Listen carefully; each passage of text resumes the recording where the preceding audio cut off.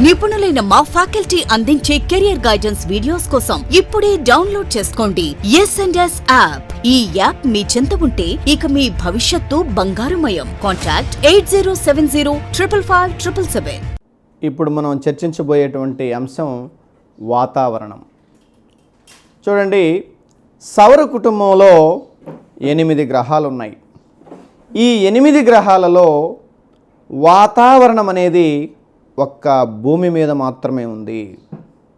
వాతావరణం అనేది ఈ భూమి మీద మాత్రమే ఉండడానికి కారణమేంటి అనే ప్రశ్నకు శాస్త్రవేత్తలు చెబుతున్నటువంటి సమాధానం ఏంటంటే, భూమి సూర్యునికి మరీ దగ్గరగా లేదు, మరీ దూరంగా లేదు. అందుకనే భూమి మీద వాతావరణం అనేది సాధ్యమైంది. భూమి మీద వాతావరణం ఉంది కాబట్టే జీవుల మనుగడ సాధ్యమైంది. వాతావరణమే లేకపోతే ఈ భూమి మీద జీవులకు మనుగడ అనేది లేదు. ఈ భూమి చుట్టూ విస్తరించినటువంటి ఈ వాతావరణము భూమిని మరీ వేడెక్కనీయకుండా, మరీ చల్లబడకుండా కాపాడుతుంది. భూమిని ఒక దుప్పటిలాగా కప్పి ఉంచి మానవాళిని, ఇతర జీవులను కాపాడుతుంది వాతావరణం అనేది మనం గుర్తుపెట్టుకోవాలి. మరి ఈ వాతావరణం గురించి చర్చించేటువంటి క్రమంలో మనం ఏం చర్చించబోతున్నాం ప్రధానంగా అని చూస్తే, చూడండి, వాతావరణం అంటే అర్థమేంటి, అదేవిధంగా వాతావరణం అనేది ఎలా ఆవిర్భవించింది అనే విషయం కానివ్వండి, మరి వాతావరణ అంశాలు అని వీటిని అంటారు. అలాగే వాతావరణం అనేది ఎట్లాంటి ప్రాధాన్యతను కలిగి ఉన్నది?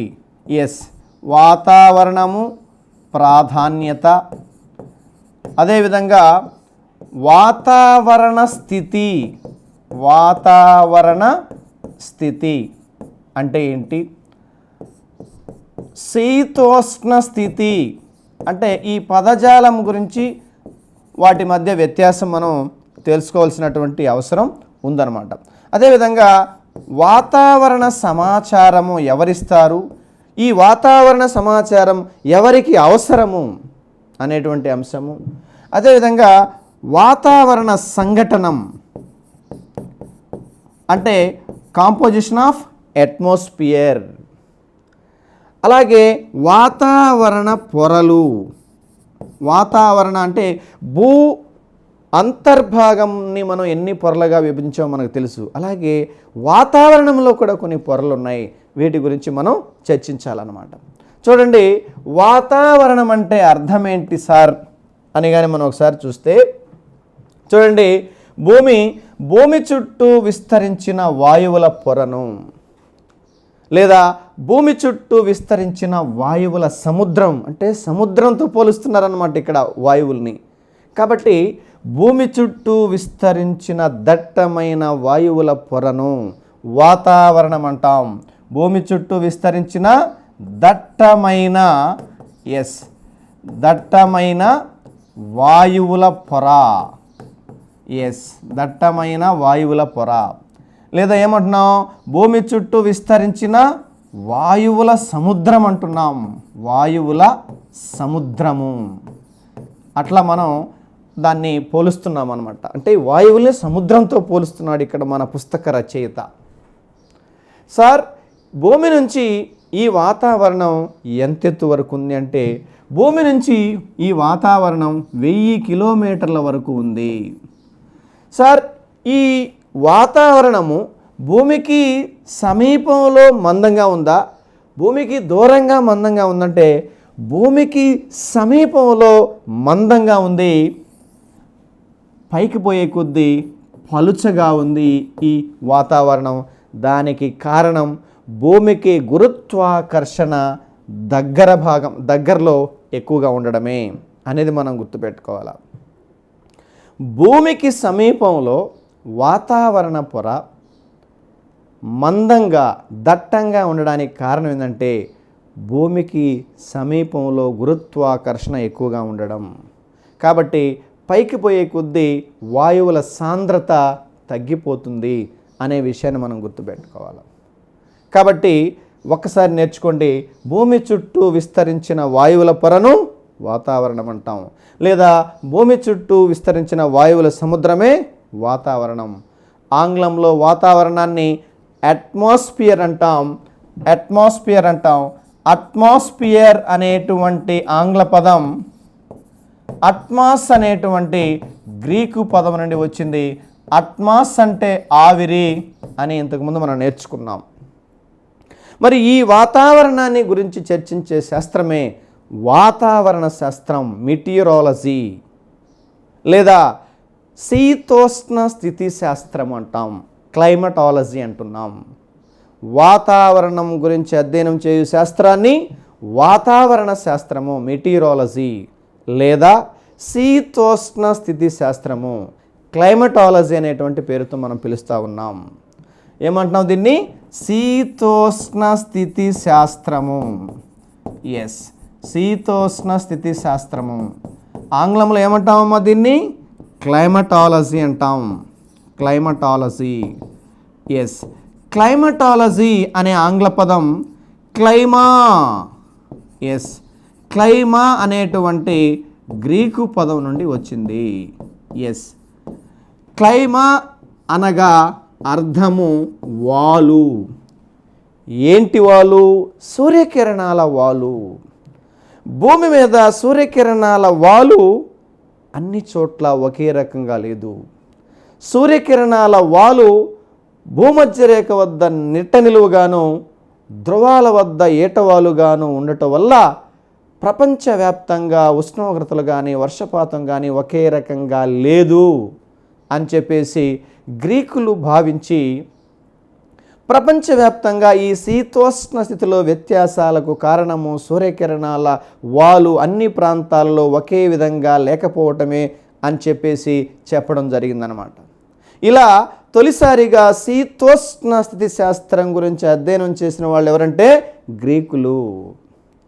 మరి వాతావరణం గురించి నూతన పరిశోధనలు ఎప్పుడు జరిగాయి సార్ అంటే రైట్ సోదరుల విమానయానం సందర్భంగాను, అలాగే రెండవ ప్రపంచ యుద్ధం సమయంలో దేశాలు వైమానిక దాడులు చేయాల్సినటువంటి టైంలో వాతావరణం మీద నూతన పరిశోధనలు చేయడం జరిగింది అనేది ఇక్కడ మనం గుర్తుపెట్టుకోవాలి.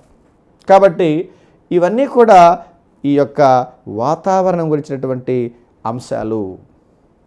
కాబట్టి ఇక్కడ పాయింట్ ఏంటంటే భూ ఉపరితలం నుంచి ఎంతవరకు వాతావరణం ఉందంటే 1000 కిలోమీటర్ల వరకు ఉంది. ఆ పైన వాతావరణం లేదు. అయితే సార్ వాతావరణము భూమి నుంచి 6 కిలోమీటర్ల లోపలే అధికంగా ఉంది అని చెప్తున్నారు. అది నిజమేనా? అది నిజమే. అధిక భాగము వాతావరణము 6 కిలోమీటర్ల లోపే ఉంది. ఇక్కడ ఇంకొక పాయింట్ కూడా మీరు గుర్తుపెట్టుకోవాలి. 99% వాతావరణము 32 కిలోమీటర్ల లోపే ఉంది. 99% వాతావరణము 32 కిలోమీటర్ల లోపలే ఉంది. ఈ 3 పాయింట్లు మీరు గుర్తుపెట్టుకోవాలి. భూమి నుంచి వాతావరణం ఎంత ఎత్తు వరకు ఉంది? 1000 కిలోమీటర్ల వరకు. Number 1 point. నెంబర్ 2 ఏంటంటే అధిక భాగము వాతావరణము ఎంత ఎత్తు వరకు ఉంది? 6 కిలోమీటర్ల వరకు. అంటే 6 కిలోమీటర్ల లోపల అధికంగా ఉంది అధిక భాగం. మరి 99% వాతావరణము ఎన్ని కిలోమీటర్ల లోపు ఉంది?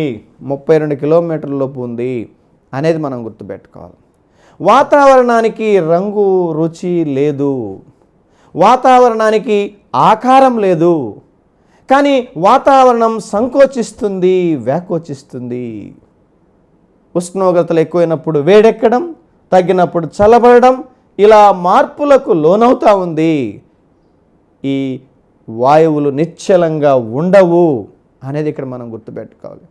వాయువులు నిశ్చలంగా ఉండకుండా పైకి కిందకి అదేవిధంగా పక్కకి కదలడం అనేది మనం చూస్తూ ఉన్నాం. సో వాతావరణం అనేది దానికి రంగు లేదు, రుచి లేదు, దానికి ఆకారం లేదు, కానీ సంకోచ వ్యాకోచాలు కలిగి ఉంది. ఆ వాతావరణాన్ని అంటే వాతావరణంలో భాగంగా ఉన్నటువంటి వాయువులను సంకోచ వ్యాకోచం చేయగలిగింది వేడి, సూర్యుని నుంచి వచ్చేటువంటి వేడి. ఆ సంకోచ వ్యాకోచాల వల్ల ఈ వాతావరణంలోని వాయువులు నిశ్చలంగా ఉండకుండా పైకి కిందకు పక్కలకు కదులుతుంది అనేది ఇక్కడ మనం గుర్తుపెట్టుకోవాలన్నమాట. కాబట్టి ఈ రకంగా మనం ఈ వాతావరణం గురించి ఇప్పటిదాకా అర్థం గురించి మనం చెప్పుకున్నాం. మరి సార్ వాతావరణము ఎప్పుడు ఆవిర్భవించింది అని మనం చూస్తే, భూమి ఏర్పడిన తొలినాళ్లలో వాతావరణం లేదు. భూమి ఏర్పడిన చాలా కాలానికి వాతావరణం అనేది ఏర్పడింది అనేది ఇక్కడ మనం గుర్తుపెట్టుకోవాలి. మనందరికీ తెలుసు, సూర్యుని నుంచి భూమి 450 కోట్ల సంవత్సరాల క్రితం ఆవిర్భవించింది. సో ఆవిర్భవించిన తొలినాళ్లలో భూమి ఎలా ఉంది సార్ అంటే వాయు రూపంలో ఉంది. వాయు రూపంలో ఉంది భూమి. ఆ తర్వాత చాలా కాలానికి ద్రవ రూపంలోకి మారింది. ద్రవ రూపంలోకి మారింది. ఎస్, ద్రవ రూపంలోకి మారింది. ఆ ద్రవ రూపాన్ని మన పుస్తక రచయిత వేడి పాలుతో చాలా చక్కగా పోల్చడం జరిగిందనమాట. వేడి పాలతో అంటే శిలాద్రవం అన్నమాట అది. మరి ఆ వేడి పాలు ఏమయ్యాయి? ఘనీభవించాయి. సార్ మొత్తం ఘనీభవించాయా? మొత్తం ఘనీభవించలేదు. ఒక సన్నని పొర మాత్రమే ఘనీభవించింది. ఆ సన్నని పొరనే మనం శిలావరణం అంటున్నాం. వేడి పాలు చల్లారి సన్నని ముడతలతో కూడిన మేగడ పొర ఎలా ఏర్పడుతున్నదో, భూమి కూడా ద్రవరూపం నుంచి ఘనరూపానికి మారేటప్పుడు, అంటే చల్లారి ఘనరూపంలోకి మారేటప్పుడు మొత్తం ఘనీభవించలేదు. ద్రవ పదార్థం లోపల అలాగే ఉంది. ఒక సన్నని లేయర్ మాత్రమే, అంటే మొత్తం 100%లో 1% మాత్రమే ఇలా ఘనీభవించింది. దాన్ని మనం ఏమంటున్నామంటే ఆ ఘనీభవించిన పొరను శిలావరణం అంటున్నాం. మరి ఈ భూమి చల్లారేటప్పుడు ఆవిరి విడుదలైంది. అగ్నిపర్వత విస్ఫోటనాలు ఉన్నాయి, వేడి నీటి బుగ్గలు ఉన్నాయి. ఆ చల్లారేటప్పుడు ఆవిరి, ఆ అగ్నిపర్వత విస్ఫోటనం ద్వారా రిలీజ్ అయినటువంటి దుమ్ము, ధూళి కణాలు అదంతా కూడా భూమి నుంచి వేరైపోతుంటే, భూమికి ఉన్నటువంటి తన గురుత్వాకర్షణతో ఆ నీటి ఆవిరిని, ఆ వాయువులను, ఆ దుమ్ము ధూళి కణాలను భూమి తన నుంచి వేరు కానికుండా తనకున్నటువంటి గురుత్వాకర్షణతో అలాగే పట్టి ఉంచింది. అలా భూమి చుట్టూ ఏర్పడిన దట్టమైన గాలి పొరను మనం వాతావరణం అంటున్నాం. వాతావరణం అంటున్నాం అనేది మనం గుర్తుపెట్టుకోవాలి. కాబట్టి భూమి చల్లారేటప్పుడు నీటి ఆవిరి విడుదలైంది. దుమ్ము ధూళి కణాలు ఇవి విడుదలైనప్పుడు భూమి తనకున్నటువంటి గురుత్వాకర్షణతో ఆ నీటి ఆవిరిని, ఆ వాయువుల్ని, దుమ్ము ధూళి కణాలని తన నుంచి వేరు కానియకుండా అలాగే పట్టేసింది. ఇలా భూమి చుట్టూ వాతావరణ పొర అనేది ఆవిర్భవించింది అనేది మనం గుర్తుపెట్టుకో. ఇదే భూమి చుట్టూ విస్తరించిన వాయువుల పొర వాతావరణం అనేది మనం గుర్తుపెట్టుకోవాలి. అంటే భూమి ఏర్పడిన తొలినాళ్లలో వాతావరణం అనేది లేదు. భూమి మీద ఎలాంటి మార్పులు జరగడానికి చాలా కాలం పడుతుంది. ఇంతకుముందు మనం చెప్పుకున్నాం ఏమని, మానవ జీవితంలో మార్పులు అనేవి చాలా వేగంగా జరుగుతూ ఉంటాయి. కానీ ఈ భూమి మీద జరిగేటువంటి భూస్వరూపాల్లో కానీ ఇలాంటి వాతావరణ మార్పులు కానీ జరగడానికి కొన్ని వందల వేల సంవత్సరాలు పడుతుంది అనేది ఇక్కడ మనం గుర్తుపెట్టుకోవాలి. ఓకేనా? రైట్. సో ఇది వాతావరణము యొక్క అర్థము మరియు వాతావరణము ఆవిర్భావము దానికి సంబంధించింది. తర్వాత వాతావరణ అంశాలు లేదా శీతోష్ణ స్థితి అంశాలు అని వేటిని అంటారు అని మనం చూస్తే, చూడండి, వాతావరణ అంశాలని వేటిని అంటారంటే ఉష్ణోగ్రత, టెంపరేచర్. పీడనం, ప్రెషర్.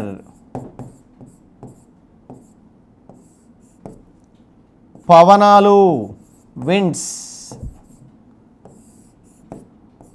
గాలిలో తేమ, గాలిలో తేమ, గాలిలో తేమ లేదా ఆర్ద్రత. అలాగే మేఘాల స్థితి, మేఘాల స్థితి. అదేవిధంగా అవపాతము, అవపాతంలో భాగంగా వర్షపాతము. వీటినే మనం వాతావరణ అంశాలు లేదా శీతోష్ణ స్థితి అంశాలు, ఎలిమెంట్స్ ఆఫ్ క్లైమేట్ అంటున్నాం. సో వీటి గురించే మనం ఈ వాతావరణ శాస్త్రంలో సంపూర్ణంగా చర్చించబోతున్నాం. వాతావరణంలో వేడి తీవ్రతను ఉష్ణోగ్రత అంటారు. వాతావరణంలో గాలి చేసే ఒత్తిడిని పీడనం అంటారు. వాతావరణంలో భాగంగా వాయువులు అధిక పీడనం నుంచి అల్ప పీడనానికి క్షితిజ సమాంతరంగా కదలడాన్ని పవనాలు అంటారు. అదేవిధంగా వాతావరణంలో ఉన్న నీటి ఆవిరి పరిమాణాన్ని గాలిలో తేమ అంటారు. అదేవిధంగా వాతావరణంలో దుమ్ము, ధూళికణాలు నీటి ఆవిరితో కలిసి ఏర్పడేవే మేఘాలు. మేఘాలు ద్రవీభవించినప్పుడు వర్షము, మంచు, హిమశీకరము, వడగళ్ళు అలాంటివి పడతాయి. వాటిని అవపాతం అంటారు. వీటి గురించే మనం తర్వాత పూర్తి స్థాయిలో చర్చించబోతా ఉన్నాం అనేది మనం గుర్తుపెట్టుకోవాలి. అయితే ఈ వాతావరణంలో ఇవి పరస్పరం ఒకదాని మీద ఒకటి ఆధారపడి ఉన్నాయి అనేది మనం గుర్తుపెట్టుకోవాలి. ఎట్లా సార్ అంటే ఈ వాతావరణాన్ని ప్రభావితం చేసే పరస్పర కారకాలు మనం ఒకసారి చూస్తే, ఇందాక మనం ఏం చెప్పాం, గ్రీకులు ఏం చెప్పారు, భూమి మీద భిన్నమైనటువంటి ఉష్ణోగ్రతలకు సూర్యకిరణాలు పడేటువంటి కోణమే దానికి కారణము. చూడండి, ఇది భూమి, ఇది ఉష్ణమండలం, ఎరుపు కలర్లో ఉండేది. మనం మీకు గుర్తుగా ఉండడానికి నేను ఆ కలర్స్ పెట్టా. ఈ గ్రీన్ కలర్లో ఉండేది సమశీతోష్ణ మండలం, ఈ వైట్ కలర్లో ఉండేది శీతల మండలం. శీతల మండలం. చూడండి, సూర్యకిరణాలు, సన్, సూర్యకిరణాలు భూమధ్య రేఖ దగ్గరేమో నెట్టనిలుగా పడుతూ ఉన్నాయి, ధ్రువాల వద్దేమో ఏటవాలుగా పడుతూ ఉన్నాయి. అందుకనే భూమధ్య రేఖ ప్రాంతానికి సమీపంలో ఉష్ణోగ్రతలు ఎక్కువగా ఉంటాయి. దీన్ని ఉష్ణమండలం అంటున్నాం. దీన్ని ఏమంటున్నాం? దీన్ని ఉష్ణమండలం అంటున్నాం. ఉష్ణమండలం. మరి ఇక్కడ చాలా ఏటవాలుగా సూర్యకిరణాలు పడుతూ ఉన్నాయి. అక్కడికి వేడి చాలా తక్కువ ఉంటుంది. ఇక్కడ ఘనీభవన ఉష్ణోగ్రతలు ఉంటాయి.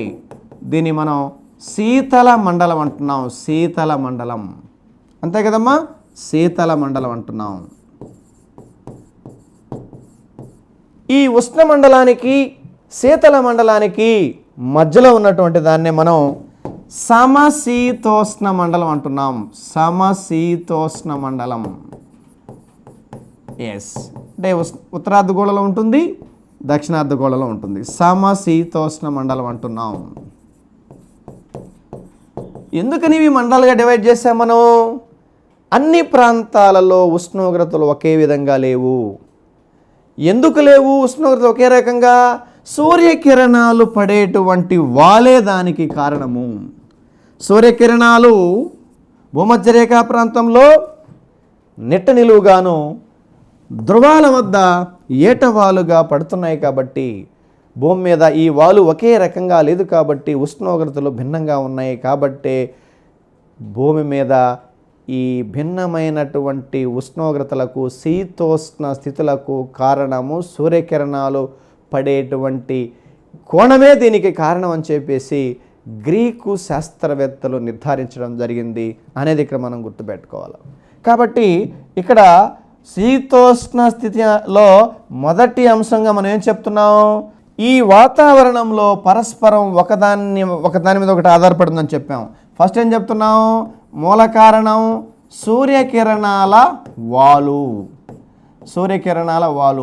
సూర్యకిరణాల వాలు మీదే సూర్యపుటం ఆధారపడి ఉంటుంది. సూర్యపుటం అంటే ఏంటి? భూమి వాస్తవంగా గ్రహించే వేడిని సూర్యపుటం అంటాం. సూర్యపుటం మీదనే ఉష్ణోగ్రత ఆధారపడి ఉంటుంది. ఉష్ణోగ్రత మీదనే పీడనం ఆధారపడి ఉంటుంది. పీడనం మీద పవనాలు ఆధారపడి ఉంటాయి. పవనాల మీదే వర్షం ఆధారపడి ఉంటుంది. వర్షపాతం ఆధారపడి ఉంటుంది అనేది మనం గుర్తుపెట్టుకోవాలి. వర్షపాతం దేని మీద ఆధారపడి ఉంటుందమ్మా? పవనాల మీద. ఎలా? నీటి ఆవిరి ఎక్కువగా ఎక్కడ క్రియేట్ అవుద్ది? మహాసముద్రాలలో.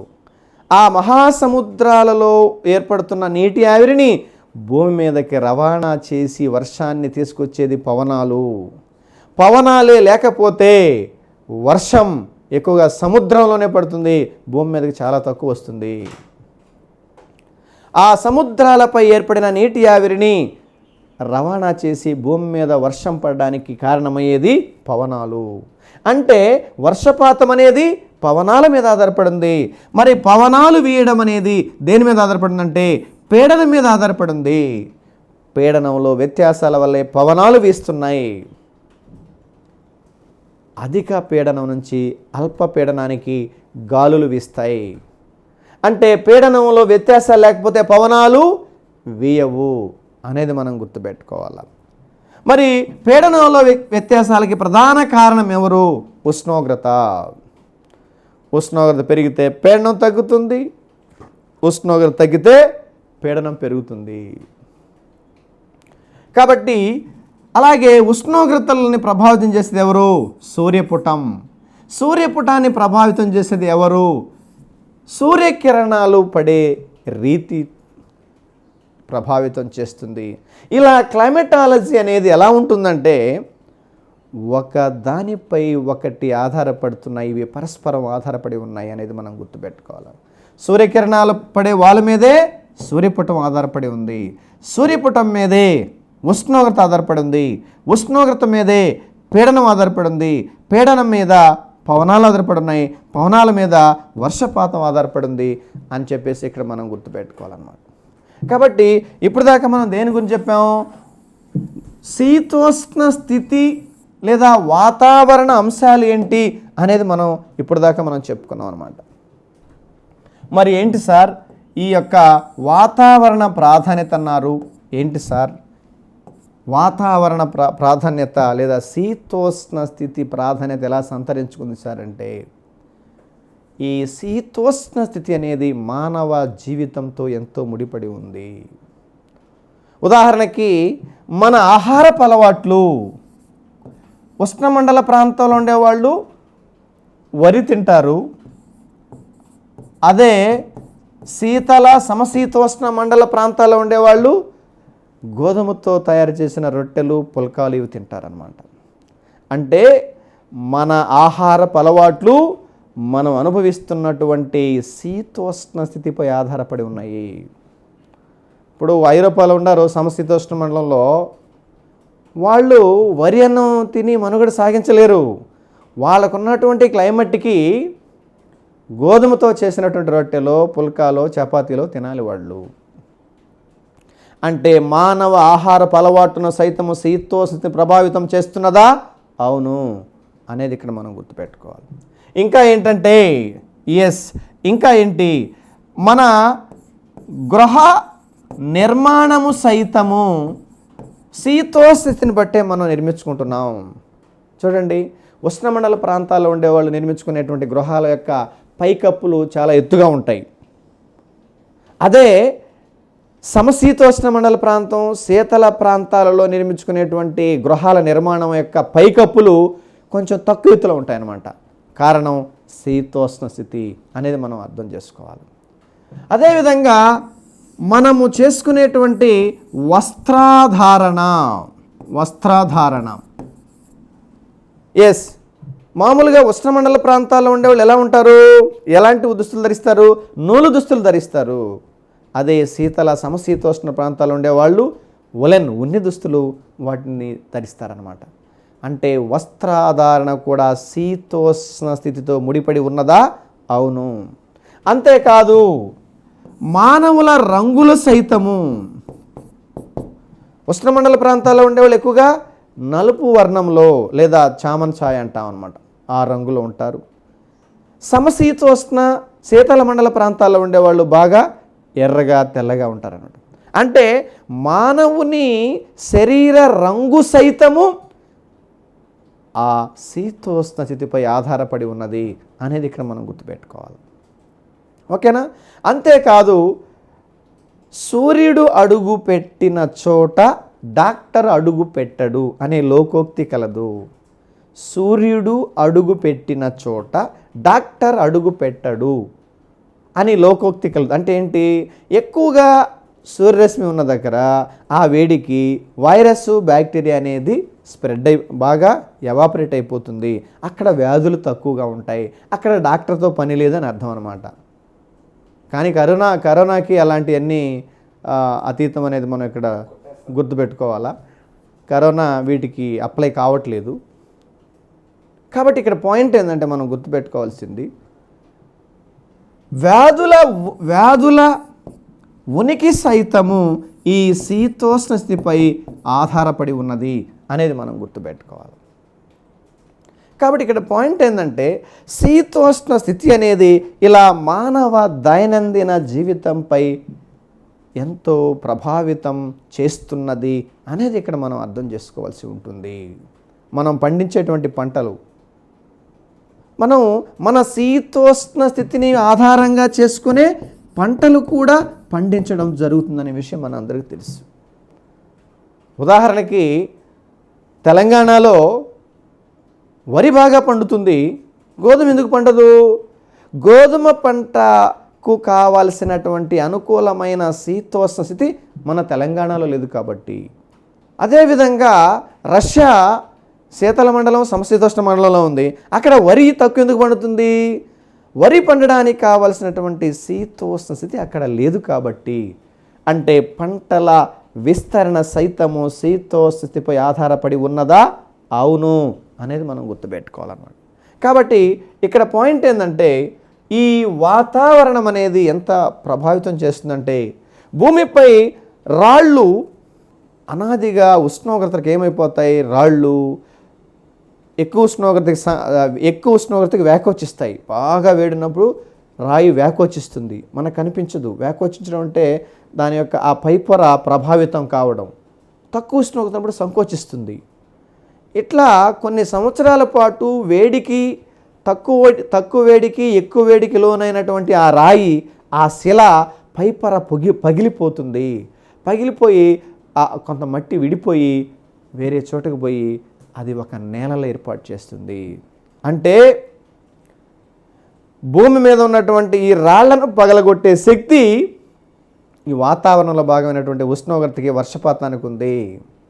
ఆ రాళ్లను పగలగొట్టడం ద్వారా తయారైన మెత్తని మట్టితో నేలలు తయారు చేసేటువంటి కెపాసిటీ ఈ వాతావరణానికి ఉంది అనేది ఇక్కడ మనం గుర్తుపెట్టుకోవాలి. అంటే ఈ శిలావరణంలో ఉన్నటువంటి శిలలను సైతము కరిగించిన మట్టితో నేలలను ఏర్పాటు చేయగలిగిన సత్తా ఈ వాతావరణానికి ఉంది అనేది ఇక్కడ మనం గుర్తుపెట్టుకోవాలా. ఓకేనా? రైట్. సో ఇలా వాతావరణం ఎంతో ప్రాధాన్యతను కలిగి ఉంది. మరి అంతరిక్షం నుంచి చూసినప్పుడు ఈ వాతావరణం ఎలా కనిపిస్తుంది సార్ అంటే చూడండి, 322 కిలోమీటర్లను పైనుంచి తీసిన భూమి ఫోటో ఇది. భూమికి నల్లగా ఉన్న ఇది భూమి. ఎస్, ఇది నల్లగా ఉన్నటువంటి విశ్వం. ఎస్, దానికి మధ్యలో ఉన్నటువంటిది సన్నని నీలం పట్టి. ఇది సన్నని నీలం పట్టి. అంతరిక్షం నుంచి చూసినప్పుడు వాతావరణం సన్నని నీలం పట్టిలాగా కనిపిస్తుంది అనేది ఇక్కడ మనం గుర్తుపెట్టుకోవాలా. అంతరిక్షం నుంచి చూసినప్పుడు భూమి నీకు ఎలా కనిపిస్తుంది? ఎస్, సన్నని నీలం పట్టిలాగా కనిపిస్తుంది. మరి అమెరికాకు సంబంధించినటువంటి నాసా వారు ఏమంటున్నారు? NASA, National Aeronautics and Space Administration, ఇది National Aeronautics and Space Administration వాళ్ళు ఏమంటారన్నారంటే భూమి బాస్కెట్బాల్ అంతా ఉంటే, భూమి బాస్కెట్బాల్ అంతా ఉంటే వాతావరణము ఆ బాస్కెట్బాల్లో సన్నని ప్లాస్టిక్ పొర ఉంటుంది కదమ్మా, సన్నని ప్లాస్టిక్ పొర ఉంటుంది కదా, అంత ఉంటుందని చెప్పేసి చెప్తా ఉన్నారు. ఎవరాళ్ళు? నాసా వాళ్ళు. నాసా అంటే ఏంటి? National Aeronautics and Space administration. ఏమంటున్నారు? భూమి బాస్కెట్బాల్ అంత ఉంటే వాతావరణము ఆ బాస్కెట్బాల్లో సన్నని ప్లాస్టిక్ పొర అంత ఉంది అని ఎవరు చెప్తా ఉన్నారు? నాసా వాళ్ళు చెప్తా ఉన్నారు అనేది మనం గుర్తుపెట్టుకోవాలి. ఓకేనా? మరి సార్ ఈ వాతావరణం అనేది మనం ఇందాక చెప్పుకున్నాం, వాతావరణం అనేది భూమికి సమీపంలో మందంగా ఉందా, భూమికి దూరంగా మందంగా ఉందంటే భూమికి సమీపంలో వాతావరణం మందంగా ఉంది. ఎస్, భూమికి సమీపంలో మందంగా ఉంది, పైకి పోయే కొద్దీ వాతావరణం పలుచుగా ఉంది. దానికి కారణం ఏంటంటే భూమికి గురుత్వాకర్షణ దగ్గరలో ఎక్కువ ఉంది కాబట్టి. ఎస్, భూమికి సమీపంలో వాతావరణం చాలా మందంగా ఉంది అనేది మనం గుర్తుపెట్టుకోవాలి. Very very important point. వాతావరణ పొర భూమికి సమీపంలో మందంగాను పైకి పోయే కొద్ది పలచగాను ఉండడానికి కారణం భూమికి సమీపంలో గురుత్వాకర్షణ ఎక్కువగా ఉండడం అనేది ఇక్కడ మనం గుర్తుపెట్టుకోవాలన్నమాట. ఓకేనా? రైట్. సో ఇప్పుడు దాకా మనం దేని గురించి మాట్లాడాం? వాతావరణ ప్రాధాన్యత గురించి ఇప్పుడు దాకా మనం చెప్పడం జరిగిందనమాట.